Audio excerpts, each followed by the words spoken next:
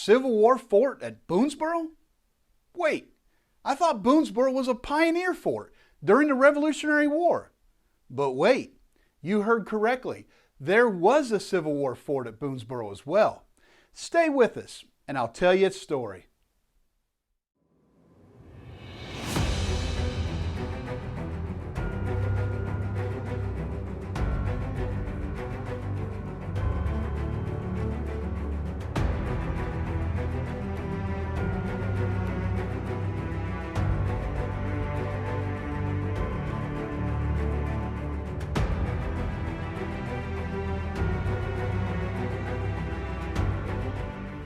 It's one of the most obscure historic sites in the Bluegrass Region of Kentucky, the Civil War fort at Boonesboro.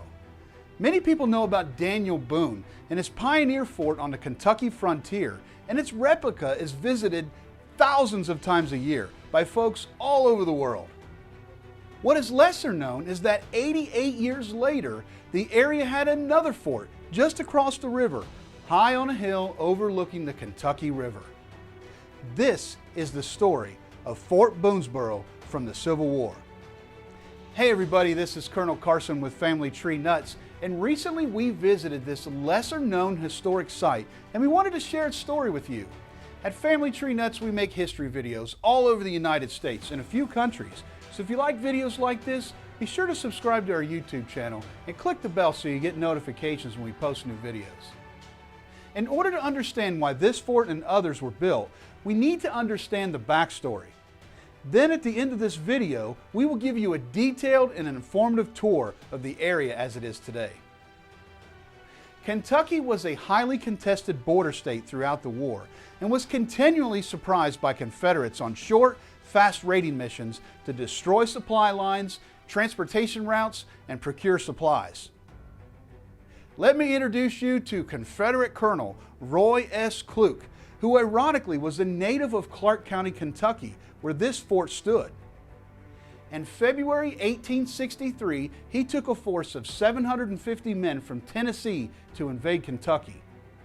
They first struck Somerset and captured a bounty of supplies. When they reached Richmond, Kluke split up his forces and sent raiding parties to Winchester, Paris, and Mount Sterling. Splitting up his forces confused the enemy, which was just what Kluke had hoped for. You know, let's think about this for a second. We often read stories in history and just move past certain facts without letting them really settle in.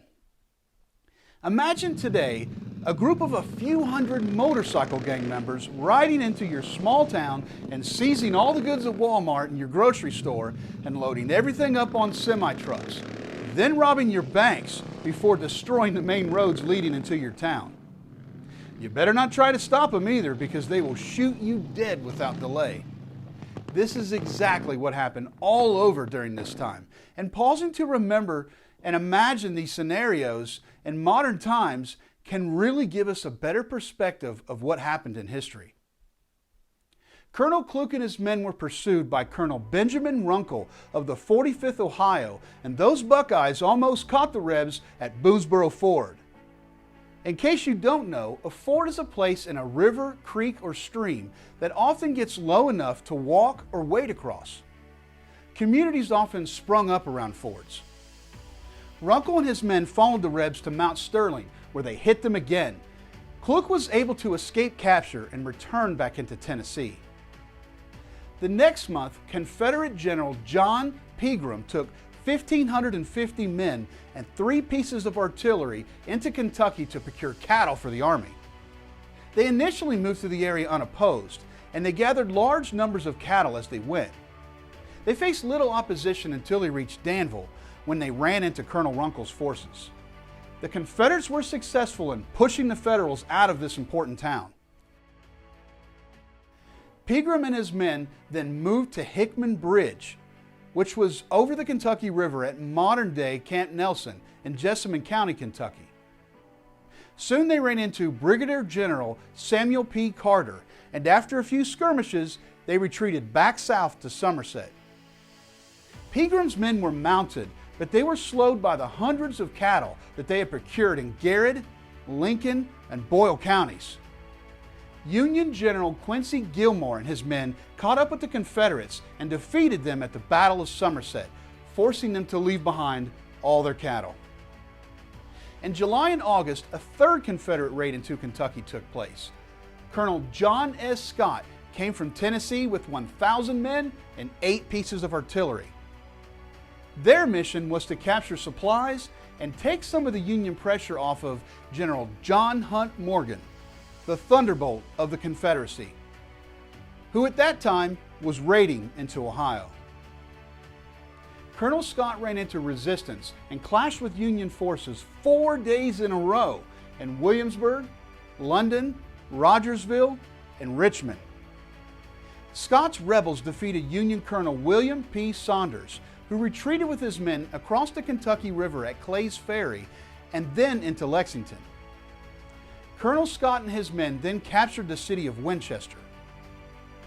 Union reinforcements came from Camp Nelson, Cincinnati, and Louisville, and Colonel Saunders attacked Scott about 5 miles south of Winchester.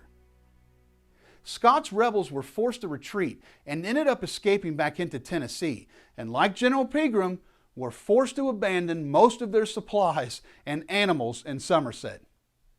Something had to be done about these raids. The important city of Lexington was constantly in danger of being attacked by Confederates. The Kentucky River served as an important geographical barrier that slowed movement of troops and supplies. Between Boonesboro and Frankfort, there were only 2 bridges for wagons, one in Frankfort and another at Hickman Creek at Camp Nelson. There were also about 50 fords and ferries between Camp Nelson and Frankfort, but they were unreliable and difficult to move troops across. The Confederates used the fords to divide and strike. Since they were on horseback and the Union troops were usually on foot, it gave them a tremendous advantage. The Union Army charged 1 man to help defend the region from more attacks, Captain Thomas B. Brooks. Captain Brooks was from New York and first enlisted in the 1st New York Volunteer Engineers. In November 1862, he was ordered to Kentucky to serve under the command of General Gilmore and to assist with designing defenses. Brooks traveled around central Kentucky to scout out where the defenses were needed. He then designed several blockhouses used for railroad security and designed fortifications here at Boonesboro, Clay's Ferry, Tate's Creek, Frankfort, and Hickman Creek, which became Camp Nelson. He was also involved in the construction of defenses in Lexington.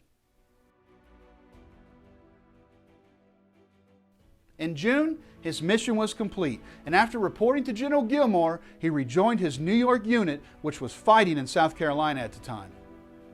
The forts were thought to have had an 18-foot by 25-foot blockhouse, which was used for defense and officer quarters. It was also protected by layers of defenses, beginning with an abatis, which are sticks and debris facing the enemy. Next was the stockading, which is a large log wall with holes to shoot from. After that was the infantry trench, which is about a 5-foot deep trench. The final level of defense was the parapet, which was a defense mound of dirt that was piled from the trench. Parapets usually had artillery pieces. Everything had to be packed up the hill, including water. It would have been extremely hard work.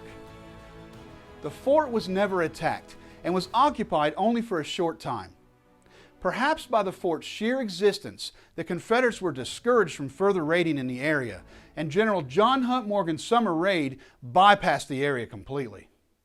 Later in 1863, General Ambrose Burnside arrived in Kentucky to lead a force into Tennessee.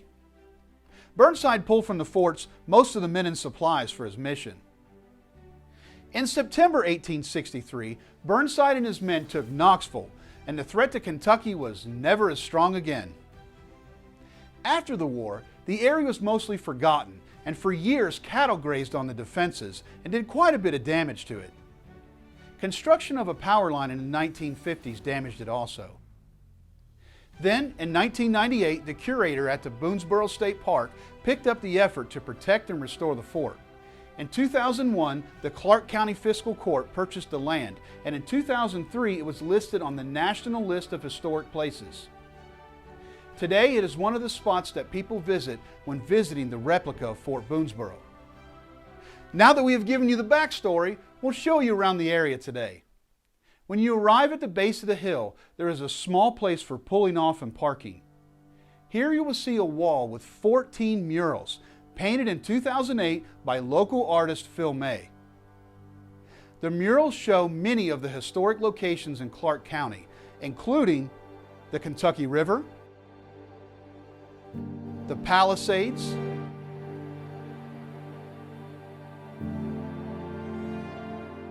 North American activity in the area,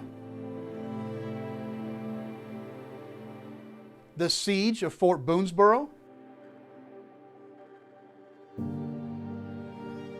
the capture of Jemima Boone and the Callaway sisters,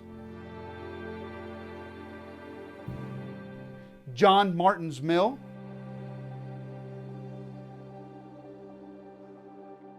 Old Providence or Old Stone Church, Holder's Pioneer Industrial Area, the Boonesboro Ferry, the Civil War Fort at Boonesboro, the lumber industry at the community of Ford, the Boonesboro Locks and Dam, the Boonesboro Beach, and a map of the locations. To the right of the mural is the entrance to the walking trail to the fort. The journey up the hill takes about 10 to 15 minutes, but it's a bit strenuous. However, it does have several benches along the way to rest if you need it. As you make the hike, imagine the soldiers that had to carry all their supplies up this hill. The trail has several historical markers to read on the way up that cover many historical periods of the area. There are also locations along the way where you can listen to history of the area on your phone. One of the markers overlooks the Kentucky River and briefly describes the story of the lumber community of Ford, which has its own unique history.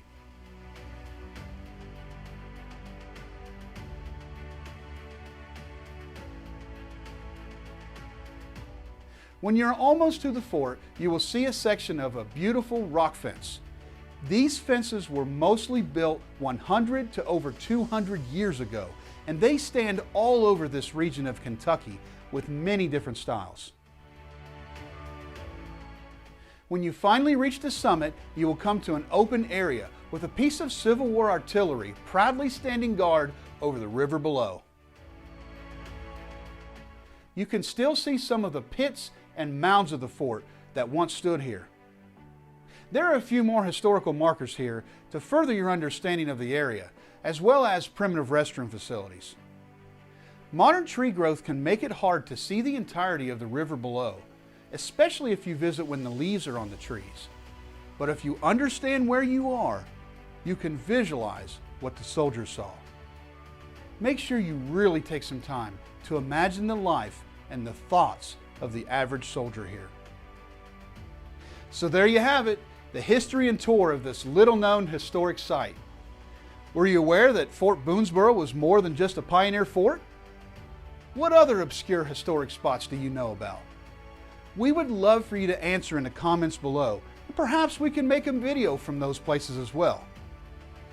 The Boonesboro Civil War Fort is a spot that will only cost you an hour or so of your time, but you will be rewarded with having a better understanding of the complete history of the area, as well as being able to say that you have visited a very obscure spot in American history. We are proud to share its story with you. And remember, family tree nuts, let our nuts find the nuts in your family tree.